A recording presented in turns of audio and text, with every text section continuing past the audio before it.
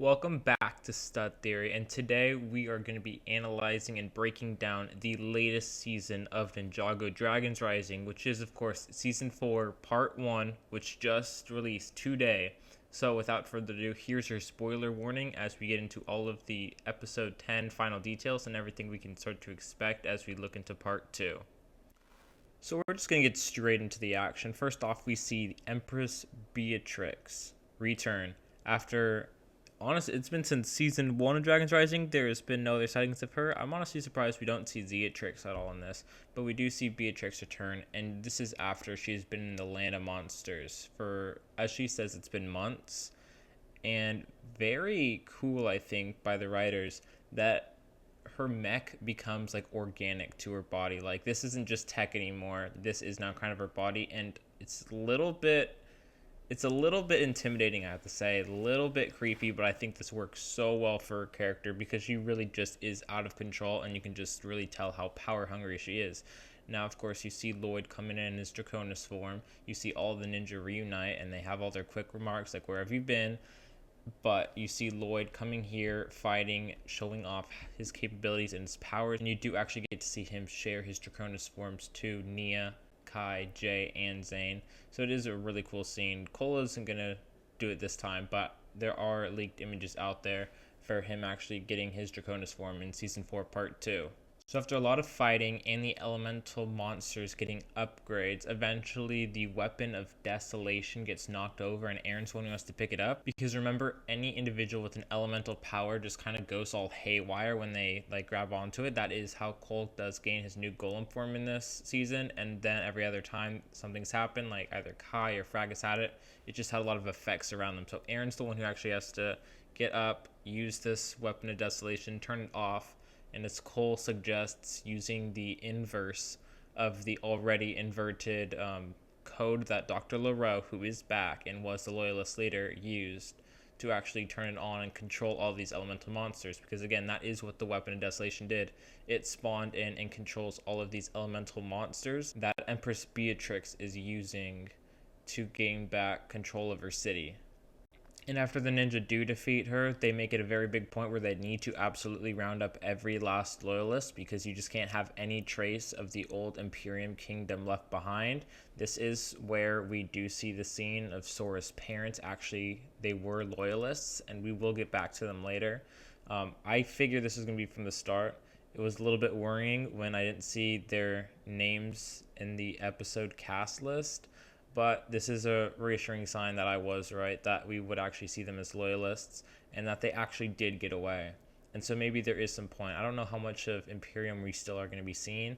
Again, it feels a bit odd that Beatrix wasn't here, but I definitely think we are not done with Imperium whatsoever. I do think these characters will be back. It's just a matter of what capacity they're back. You do also see that after taking back the Weapon of Desolation of the Whispering Wood does return back to normal, which means that heartbeat of all the realms is saved, and that the source energy that's in the Whispering Wood and is also spread to all the other realms is going to be safe for now. There still might be elemental monsters just because of the fact that a majority of the source dragons have actually left the council, so there is still that imbalance. We don't actually return to the acolytes in the very beginning of Season 4, Part 1 and Episode 1.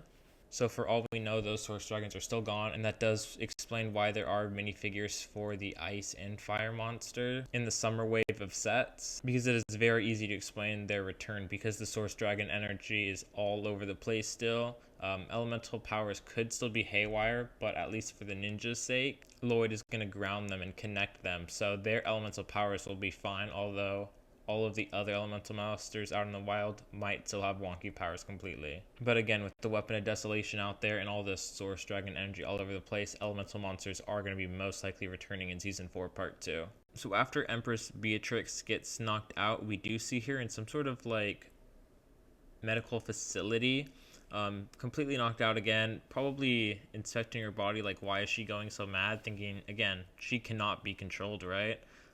And she has just turned into a monster because that's what the land of monsters does to you. Once you go there, you just slowly become a monster until you're only a shell of your former self. But as Dr. Leroux gets locked away, You do hear her say where she might still be able to be controlled because she believes that the weapon of desolation is actually controlling her at some point.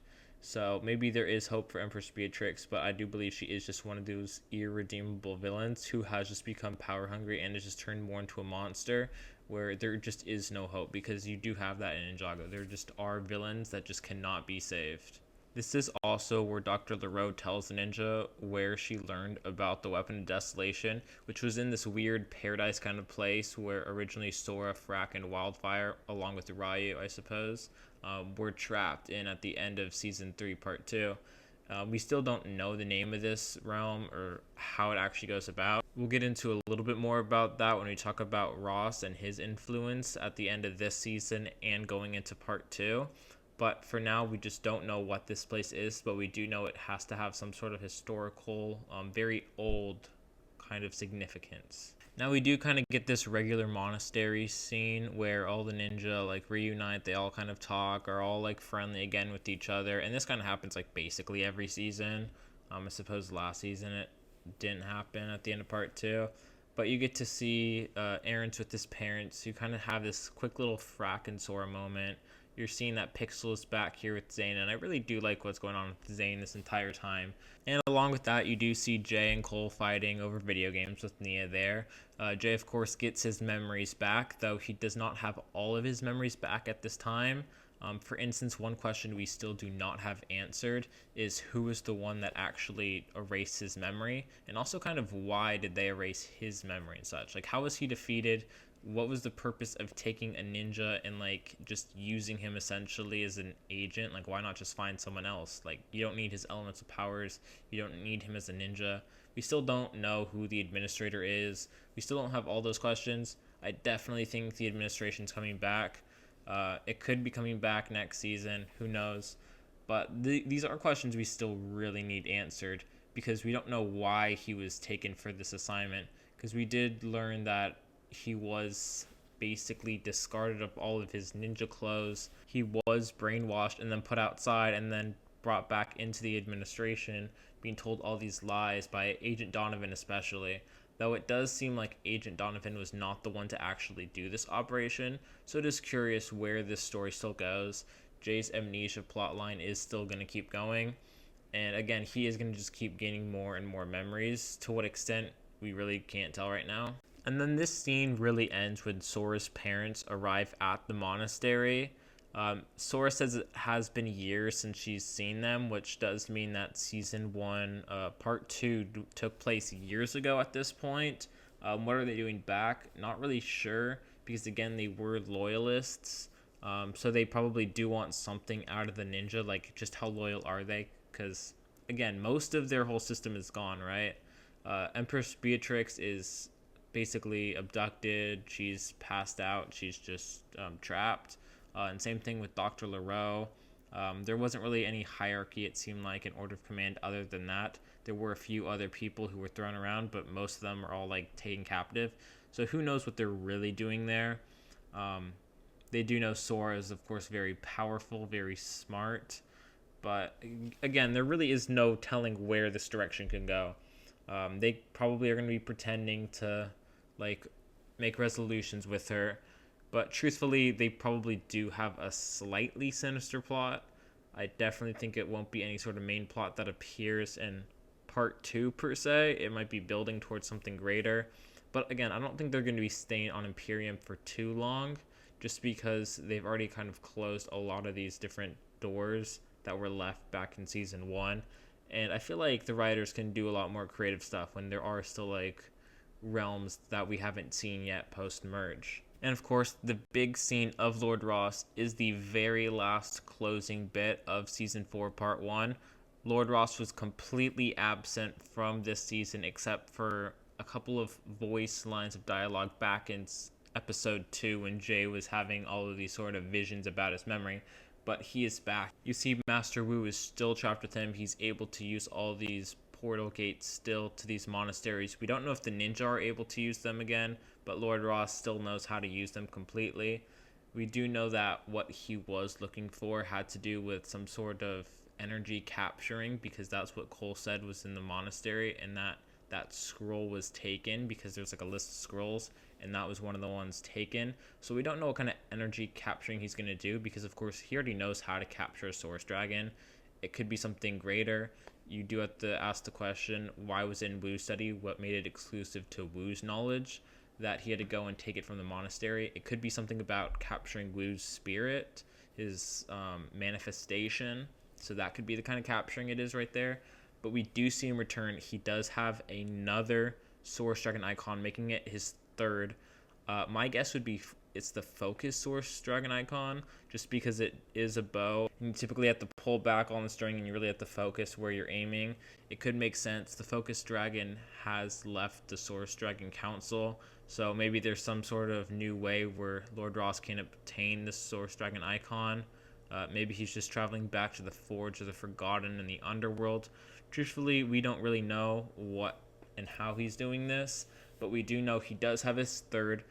This is actually the fourth one we see, because we do know that Lloyd has the source dragon icon of motion back at the monastery, which I do think Lord Ross will steal at some point. But this is 4 out of the 6 current alive source dragon icons that we see. I don't think he needs a 7th one, because you obviously aren't spawning in any 7th one. So for the 6, he is getting very, very close. So I do think part 2 will have to do with the ninja stopping Lord Ross from obtaining the last 2 source dragon icons before his big power play, which will happen at the end of part 2. I do think that that's where we're leading, and I do think whatever he's doing is going to be the main event of season 5. Either way, I'm telling you right now that Lord Ross will most likely, without a doubt, be the main villain for part 2, despite being completely absent of this season. And we do see him end up in this, again, strange paradise place where the younger ninja, the newer ninja, ended up at the beginning of the season. And we still really don't have an explanation for this. There is one point where they just fall into a pit and they end up in Empress Sylvis, but that doesn't really give too much of an explanation. Are those separate realms? Are they part of the exact same place? Why is this a whole paradise? Who's in control of this paradise? And you do see the Shadow Dojo Temple return again, which is again something that we see at the end of season 2, part 1 happen, where he calls out to his master and the temple is taken to this mysterious place. And again, we just have no idea where this is really in the Merged Lands. We do not know how this whole realm works, or why Roz is addressing his master out in the open like this. What does this have to do with like these yellow like dawn lights and such? What does this have to do with the sun per se? The whole atmosphere of the realm. Is the realm itself alive? Is someone controlling this realm? Is it something to do with the cycles, or is there some sort of source dragon that's really tied to this, the same way that the source dragon of life is tied to the Whispering Wood? Truthfully, only time will tell, but we will definitely probably be getting answers to this in season 4 part 2.